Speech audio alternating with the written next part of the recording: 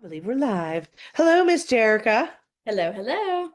All right. We are a little late today with ROI Live at 5 because we had some interviews and some consulting we were doing and all the fun stuff. So we're a little late, but still going to deliver massive results for you here. And so today, Jerica's actually going to lead us through one of my favorite topics, which would be talking about systems and or processes necessarily, but more when you're picking your system, right? Like you're an example of that would be choosing a CRM. And so, Jerica, I'm going to let you take it away because we only got those 5 minutes. And so, walk us through what you prepared for us today and how you can get a three times return, or make sure that you're not losing something on the back half with the planning because you didn't do it well. Yeah, so I thought this was a great topic today because this has actually come up in three of my consulting calls this week, and it's only Tuesday.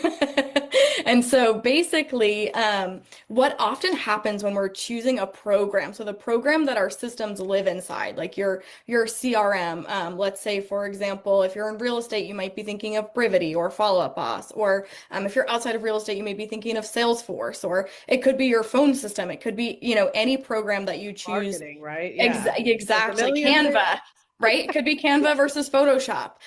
Any program that you're choosing to operate your business out of. So often what happens is we just like pick one that someone tells us is good, that they're using, that works for them, and we just go for it and try to implement. And then what ends up happening is it doesn't actually do all the things that we need it to do. And so this is actually just a super quick process that you can do, a couple questions you can ask yourself before you choose a program to make sure that you're picking something that fits your business needs, not fitting your business needs into something that already exists. Love And that. so just making a quick checklist, like what automations do I need this program to have? What are the needs of this program, right? I need to be able to customize this, that, and whatever, or I need to be able to tag something in over here. Like, what are the holistic needs that the program needs to have? What are the automations so that you're reducing human error and making everybody's work faster? Does it have to talk to another program?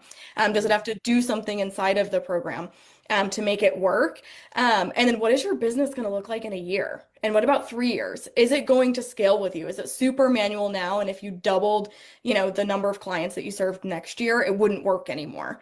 Or maybe you can only have one seat in this program and you plan on building a team or adding more people to your team and you need it to have multiple seats. And so just really thinking ahead, because it can be a lot of time and money to invest in building these programs out, and making a switch is actually a big way that I see businesses losing time and money that they could then use to get a return on something else.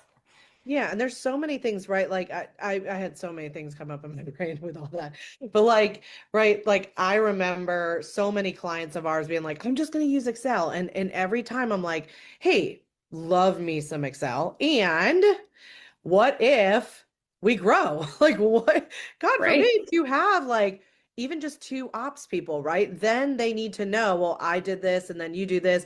And Excel's you could do some add-ons and you could do some stuff and Google's docs is kind of cool because you can tag people and things and all kinds of stuff for now, but for the most part it doesn't have a task list that's like, hey, today I'm going to do this and tomorrow I'm going to do that, and it's Yep. not keeping you on track. And the moment that you, and it doesn't matter what business you are in my world, what I have always consulted and told people, so I'd love to know what you think, but as soon as you hit anywhere like 10 clients or more a month, if you're doing that amount, Excel, and there's two people working, and it could be you and an admin, right?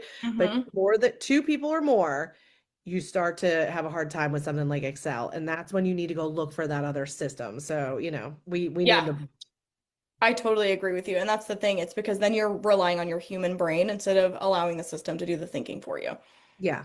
And listen, 10 a month is, it's 120 clients for the year. So really, it maybe could be less. But what I've seen, like really productive humans can make that work for the most part in the back end. So tell Mm. me, what pitfalls have we seen when we don't do these things? Yeah, Because that's a big totally. part of it, right? Yeah, a really big part of it. So, I mean, if you think about it, if you were just to like add up the number of hours just to even determine a program, so let's say you pick something that you think is going to work and then you decide to pivot later because it's not, that can be up to 55 hours or more of wasted time in your business. And if you were to multiply that by either your own salary, because you're taking some of that time, or I'm sorry, your own hourly rate, Yeah. or someone on your team, like that's a lot of wasted money. And so, I mean, by the time you do research and you do the product demos and and you do the setup and you write the SOPs and you train your team and all of that stuff, it adds up to a lot of time. And so you can save that time by making sure you have the right system to begin with. And when you do, then all it's going to do is 10x or at least 3x is what we're always going for, right? But it will hopefully, a good program will 10x what you're able to do and what your team is capable of. Yeah. And obviously, sitting down and mapping all of that stuff out. Jerica, how can we help them even more than giving them this little sheet, which is a great cheat sheet. You're welcome. You're going to get this great thing that Jerica and Linda kind of put together. But how could we help them even more in going through this? Like what services can we provide? Yeah, absolutely. If you're going through this right now where you feel like you're like, this system's not working, or maybe we've changed systems a bunch of time on our team, reach out to us. We can do consulting. We can do, kind of smaller commitments to help you through a little tough spot in your business. We can also do longer consult engagements to get all your systems up and running for your business. There's so many ways that we can help. So don't be afraid to reach out. Awesome. Thank you. This is a big one. Systems are just big, you guys. And so, yeah, if you need help, reach out to us.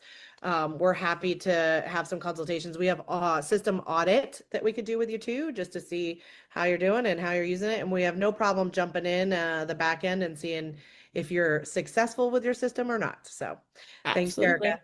See ya. Bye.